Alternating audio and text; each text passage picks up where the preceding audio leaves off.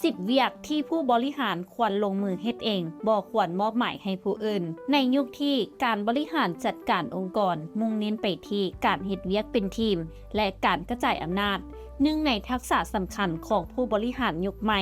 คือการรู้จักมอบหมายเวียกอย่างเหมาะสมให้แก่บุคลากรภายในทีมแต่ในขณะเดียวกันนั้นยังมีบางประเภทของเวียกที่บ่ควรมอบหมายให้ผู้อื่นดำเนินการแทนอย่างเด็ดขาดเนื่องจากว่ามีความเสี่ยงสูงทั้งในด้านภาพลักษณ์องค์กรรวมถึงผลกระทบที่อาจเกิดขึ้นในวงกว้างและนี่คือ10ประเภทเวียกสำคัญที่ผู้นำหรือผู้บริหารควรให้ความสำคัญและลงมือดำเนินการด้วยตนเอง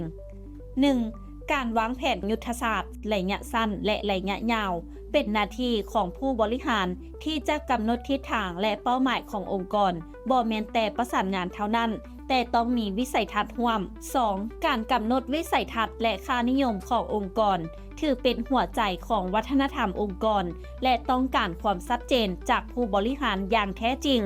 3. การตั้งเป้าหมายเชิงยุทธศาสตร์เช่นการเติบโตทางธุรกิจหรือการปรับเปลี่ยนโครงสร้างองค์กรที่ต้องการการตัดสินใจอย่างรอบคอบจากระดับสูง 4. การตัดสินใจด้านการเงินและการดำเนินงานขนาดใหญ่รวมถึงการอนุมัติงบประมาณหรือการลงทุนที่มีผลต่อองค์กรในระยะยาว 5. การจัดการกับข้อมูลอ่อนไหวหรือการตัดสินใจต่างๆเช่นการสรรหาการปลดบุคลากรหรือประเด็นทางกฎหมาย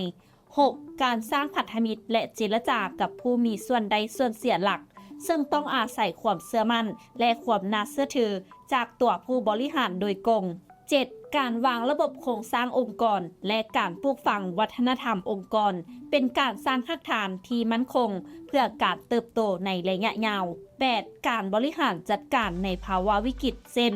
การเลิกจ้างการปิดกิจการบางส่วนหรือรับมือกับเหตุการณ์ฉุกเฉิน 9. การกำหนดแนวทางการสื่อสารและการตัดสินใจในสถานการณ์หีบด่วนซึ่งต้องการความไวและความชัดเจนและการสื่อสารที่เป็นระบบ 10. การปรากฏตัวเพื่อแสดงความยินดีกับความสำเร็จของทีมเพราะผู้นำที่ให้กำลังใจในมือที่ประสบความสำเร็จย่อมได้รับความไว้วางใจหลายกว่าผู้นำที่ปรากฏตัวเฉพาะในยามมีปัญหา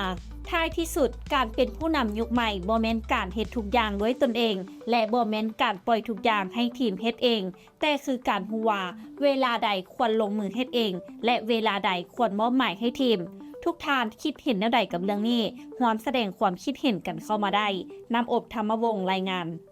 และท้ายนี้ต้องขอขอบใจสำหรับการติดตามข่าวสารจากทาง Thaiget Magazine และอย่าลืมไปกดไลค์กดแชร์กดติดตามกด Subscribe ทุกช่องทางออนไลน์ของพวกเขาเพื่อจะบ่พลาดข่าวสารดีๆจากทาง Thaiget Magazine